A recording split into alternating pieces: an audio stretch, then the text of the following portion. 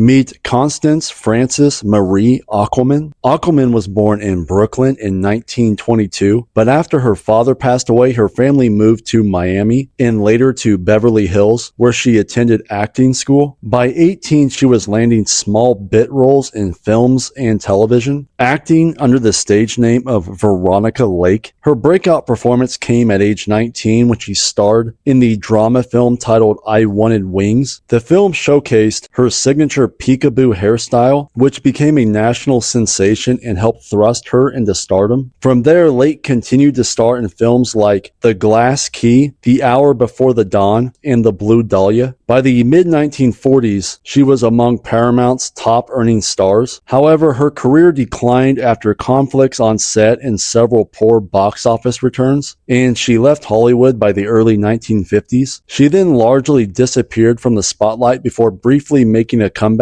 in 1970 in low-budget film work. Lake passed away in 1973. She was 50 years old. Meet Peggie Thomas Blair. Born in 1927 in Virginia, she grew up in Hollywood. In 1947, a screen test launched her into film work, acting under the stage name of Peggie Castle. Through the late 1940s and 1950s, she became best known for specializing in other woman roles in B-movies, along with a long string of westerns such as Wagons West, 99 River Street, and Beginning of the End. She then moved into television and earned her signature role, shown on the screen here, as a saloon owner named Lily Merrill in the TV series Lawman. Castle was honored with a Hollywood Walk of Fame star in 1960. Castle married 4 times but struggled with drinking, passing away in 1973. She was just 45 years old. Meet Emma Virginia Matzo. Matzo was born in 1921 in Scranton, Pennsylvania. At age 18, she moved to New York to focus on acting. She adopted the stage name of Lizabeth Scott and began her career with touring stage work, which had both ups and downs. Her transition to the screen came when an audition caught the attention of film producer Hal Wallace. Impressed by her, Wallace signed her to Paramount in 1944. At age 22, she made her screen debut in the film You Came Along. She went on to star in several crime dramas in the 1940s, like The Strange Love of Martha Ivers and opposite Humphrey Bogart in Dead Reckoning. Her style made her one of the defining actresses of this era, often portraying complex and independent women caught between desire and danger. Over her career, she appeared in 22 feature films. Her final film performance came opposite Elvis Presley in the 1957 film Loving You. In later years, Scott recorded a jazz album titled Lizabeth and lived quietly in Los Angeles. Scott passed away in 2015. She was 92 years old.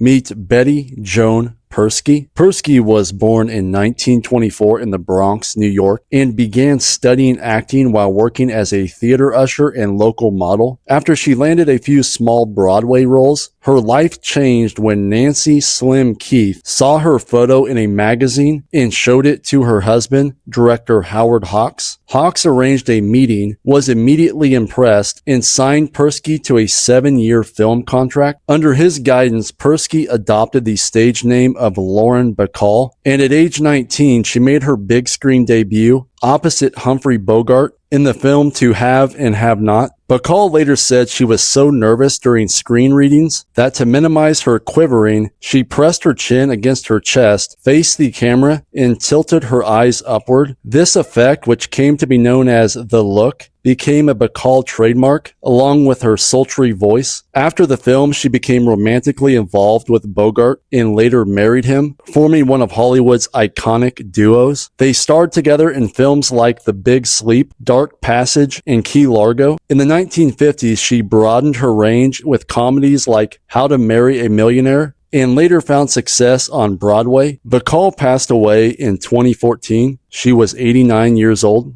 Meet Ava Gardner. Born in 1922 in North Carolina, her family was not well off, and home life became even harder after her father passed away when she was 15. After high school, she entered college to become a secretary, and this is where things get kinda crazy for Gardner. By chance, on a visit to her sister, her brother-in-law, a photographer, took a simple portrait of her and placed it in his studio window. An MGM employee noticed interested and urged her to take a screen test, and within weeks, MGM signed her to an acting contract and moved her at once to Los Angeles and began giving her minor film work while she took acting lessons. Her breakthrough came in 1946 when she played Kitty Collins in the film The Killers. That performance made her one of the studio's most important stars. In the 1950s, she built a run of major films, including Mogambo, which earned her an Academy Award nomination, along with The Barefoot Contessa and Boani Junction. And her personal life also drew intense media attention, especially her marriages to Mickey Rooney, Artie Shaw, and Frank Sinatra. In total, Gardner appeared in over 60 films and is remembered as one of the most defining actresses of Hollywood's post-war era. Gardner passed away in 1990. She was 67 years old.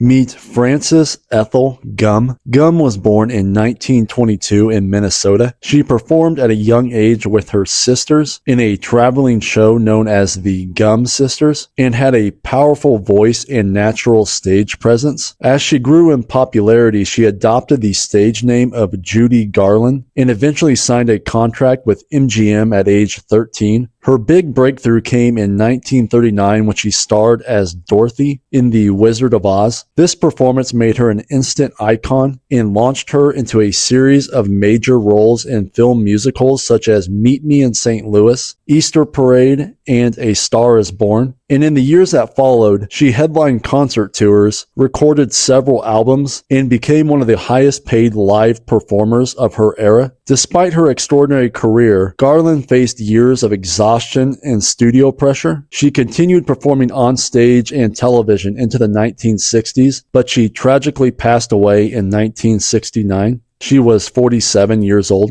Meet Julia Jean Turner. Turner was born in 1921 in Idaho, but grew up in Los Angeles. Her path to fame began by chance when a Hollywood reporter noticed her at a soda fountain in LA and introduced her to a talent agent. Turner debuted on screen in 1937 in the film They Won't Forget, acting under the stage name of Lana Turner. Audiences were drawn to her, and by the early 1940s, she was starring in hit films like Ziegfeld Girl and Johnny Eager. In 1946, she starred in The Postman Always Rings Twice, which many consider her best performance. By the early 1950s, Turner was among MGM's highest paid actresses, earning around $5,000 per week. But in 1958, Turner's personal life made national headlines after her 14-year-old daughter, Cheryl Crane, stepped in to protect her during a domestic incident with boyfriend Johnny Stompanato, an encounter that resulted in Stompanato's death. The tragedy became the focus of media attention, but eventually Turner returned to work in both film and television. She made her final screen appearance in 1982, a career that spanned nearly 5 decades. Lana Turner passed away in June of 1995. She was 74 years old.